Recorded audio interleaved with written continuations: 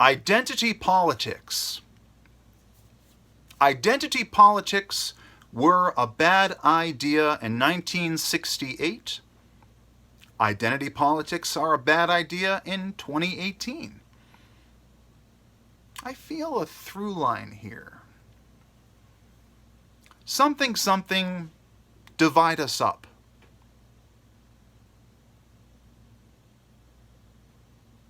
No good. You don't want to divide people up. You don't want to create animosity.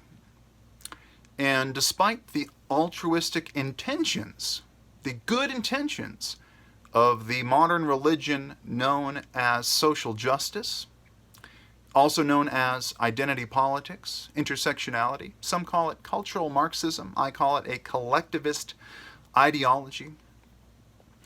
When you're putting people into groups and not judging them based on their individual merits, their character, their flaws, their pros and their cons as an individual, and putting them instead into a group, well, that's not very conducive to progress in the human race.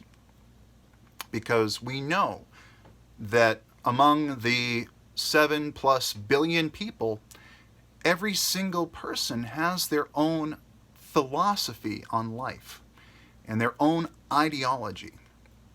And as I've said before, reality and ideology run on separate, interweaving tracks. So with identity politics in 1968, I was referring to the Southern strategy that was used to pit the, I guess you could say, the whites, or the whites, the working class in the South. Do your research, of course. If I get anything wrong, leave me a comment below. But what the whites were being pit against, the working class whites were being pit against the black people in the South, and that created a racism and an animosity. It generated racism, because that's what identity politics and social justice do, and it created this animosity that is felt to this day, 50 years later, down there in the South of the United States of America. It's not as bad, I don't think, as it was, of course. I don't think that any form of otherism is quite as bad as it was in the past. I do believe, I'm an optimist, and I do believe that the world is in a better place, in a better shape than it was before. But racism still exists, otherism still exists, and of course sexism still exists, and we cannot overuse these terms and over-accuse others, because that diminishes the meaning and the impact. These are things that, yeah, you could laugh them off, okay? There are different methods of handling eradicating hate and limiting and stopping hate. Some people say you should, take the power away from the word, and there's a lot of merit to that method of stopping racism through I guess you could call it a form of censorship. But identity politics are a bad idea in 2018. And they're a bad idea in 2019, because we should be judging people by their individual characteristics, not their immutable characteristics, by putting them in a group based on the color of their skin at birth, or their gender, or their sex at birth. We should be focusing more on their character, what they bring to the table, what they contribute, what they do, what their actions are, what their words are, their merits, their flaws as well. The pros and cons of each individual person should be assessed.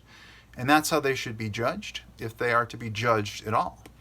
When you put them into a group, and you suggest that everybody in that group, may it be a racial group, or any other group, religious group, an occupation, any group you can think of, okay? Hobbies, anybody. When you put them all in the same box and you stereotype them, well, I think we can all agree. People aren't really much of a fan of that approach. And yet, we are seeing a just as much of the intersectionality, the intersectional feminism, the intersectional ethos and ideology, and the modern religion that is social justice. We're seeing more of it than ever before. Okay? And I'm seeing so much of it, so much division between people, that I don't think people can even see what's happening in some cases anymore. They don't see the racism and otherism they are generating. And of course, they always, they come at you with an altruistic purpose for what they're doing and what they're saying. But at the end of the day, they're judging people by their immutable characteristics. There's nothing they can do. I can't help being born what I am. Okay? If I could change what I am, well, then maybe that would be something that would fall into the category of character. Something that I have actually been able to take agency over and control. But I can't control my immutable characteristics. So if you're pointing to me and you're saying, you're this because of immutable characteristic A, well, to me that is slightly anti-humanist, and I do not abide. So, we don't want to be divided up by class, by immutable characteristics like race or sex. We don't want that. What we want to be treated like is human beings that have our own distinct personality, that have our own distinct merits and flaws. I think most people will agree with me on that. Despite whatever rhetoric they might be using or whatever ideology they may be espousing, I think that deep down people prefer to be judged like that. And so I continue my journey in communicating this perspective.